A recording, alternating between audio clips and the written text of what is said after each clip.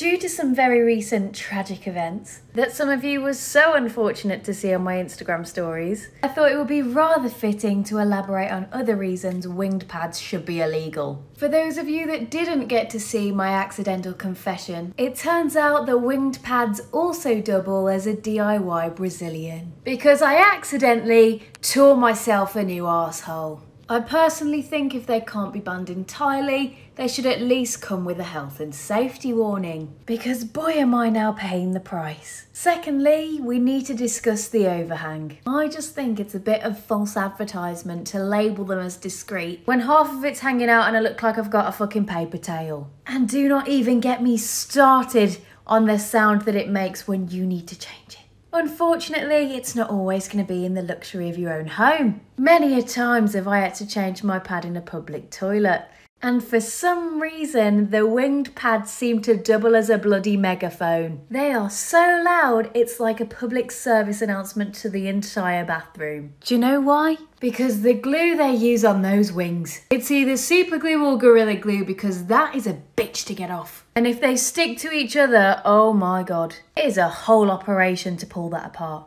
Not my finest moment. May have one time been that bad that I had to resort to using my teeth as a tool. Listen, at least I was resourceful. This is no longer the 1900s. I would argue most girls' choice of underwear today is a thong over a granny panty. Therefore, I think this calls for a more ergonomic design. Because with the amount of pad that is sticky and doesn't attach to my underwear, I could practically fly away. That's if it didn't rip off half my pubes in the process. Unfortunately, Mother Nature didn't gift me with light 2 to 3 day periods. Therefore, I have to get the Super Plus kind.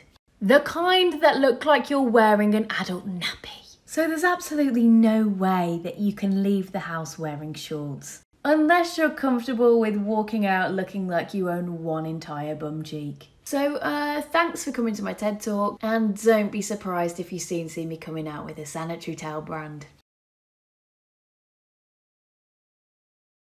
If you're someone that constantly overthinks and takes things personally, newsflash, most of the time it's never about you. And it's actually just the other person that's going through something. This is subtle signs that they're not okay. If they do 5 or more of these, the odds are they could have depression. Number 1, the black hole. If they're pretty meh about life, feel empty and have lost interest in their passions. Number 2, if they oversleep, undersleep, or wake up early in the morning. Number 3, if they have trouble remembering things and making decisions. Number 4, you know the line, how am I going to be an optimist about this? Exactly that. If they're often pessimistic or don't know their worth.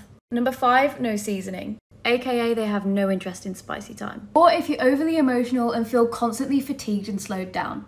If they do 5 or more, then you need to put them onto this app. It has courses tailored to you, an 8-day self-care challenge to help you make a habit of checking in on yourself, and a feed from other users so you feel less alone. Go check in on them and send them the link right now. You never know, you could be saving a life.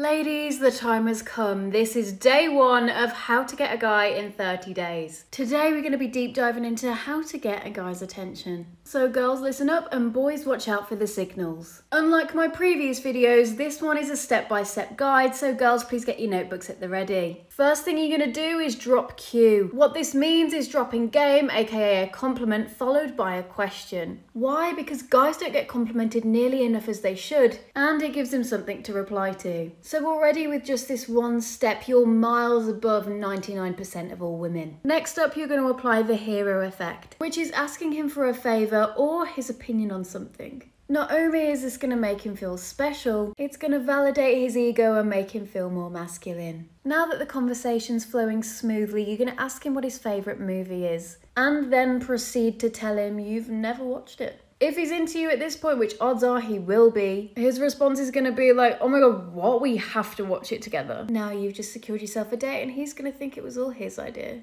which we both know it wasn't. After the date's secured, you're going to make sure you're the first person to say goodnight. And add on, I'll speak to you tomorrow. This is going to show him your intention to carry on the conversation tomorrow. It's on your terms and it's going to leave him wanting more. Now, when the time comes and you do actually hang out in person, trust me on this one, make sure you wear the colour red. Multiple scientific studies have shown that guys are more attracted to girls when they wear red. So if you want to have the odds in your favour, if I was you, I'd test the theory. Now, as far as perfume goes, you're going to want to apply it to your neck and your wrists and your hair. Don't ask me why, but the scent lasts longer. And guys go crazy when a girl's hair smells nice. And going forwards, whenever they smell that scent, they're going to subconsciously attach it to you. Now, if you want to be sure he knows what the vibe is, you have got to come through with the triangle method.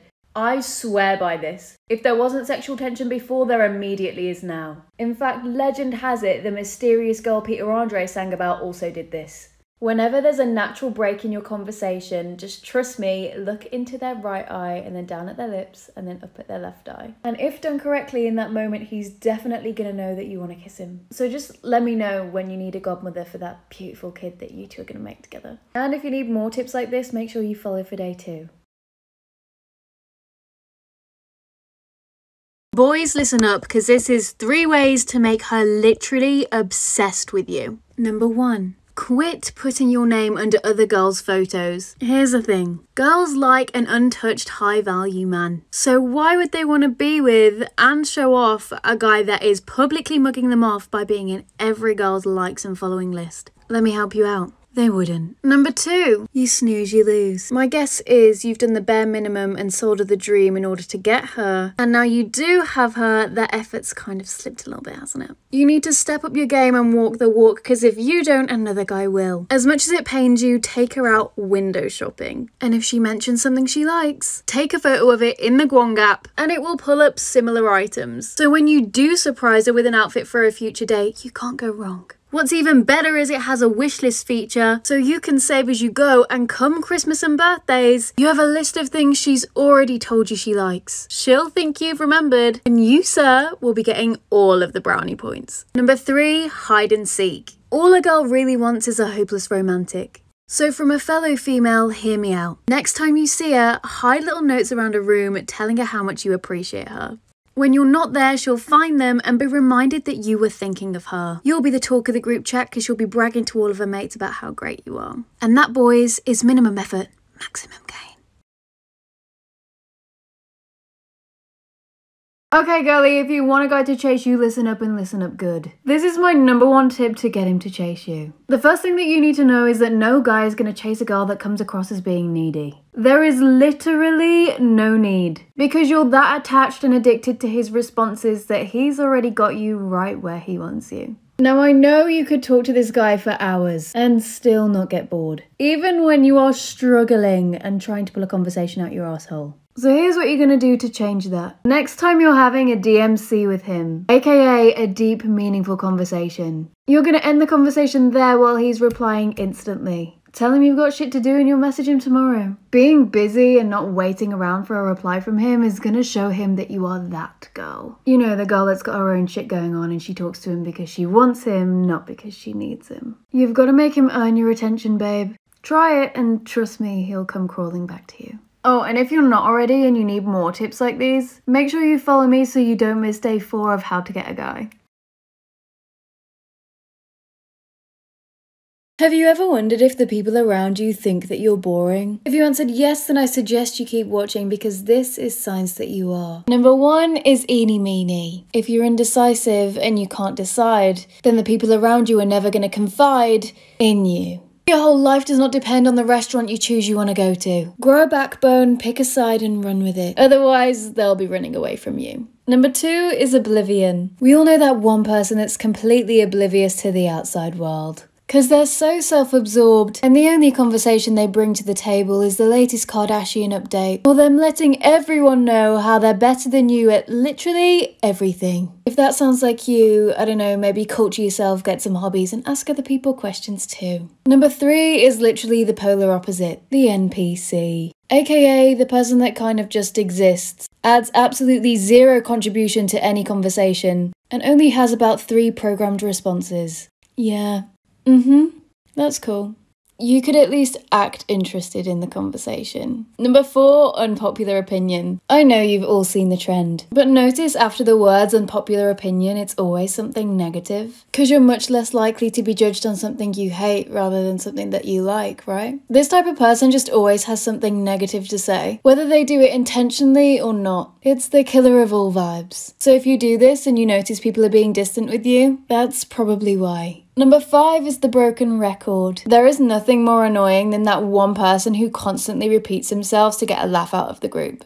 Or if you have literally nothing to talk about, so you keep repeating that one same story over and over.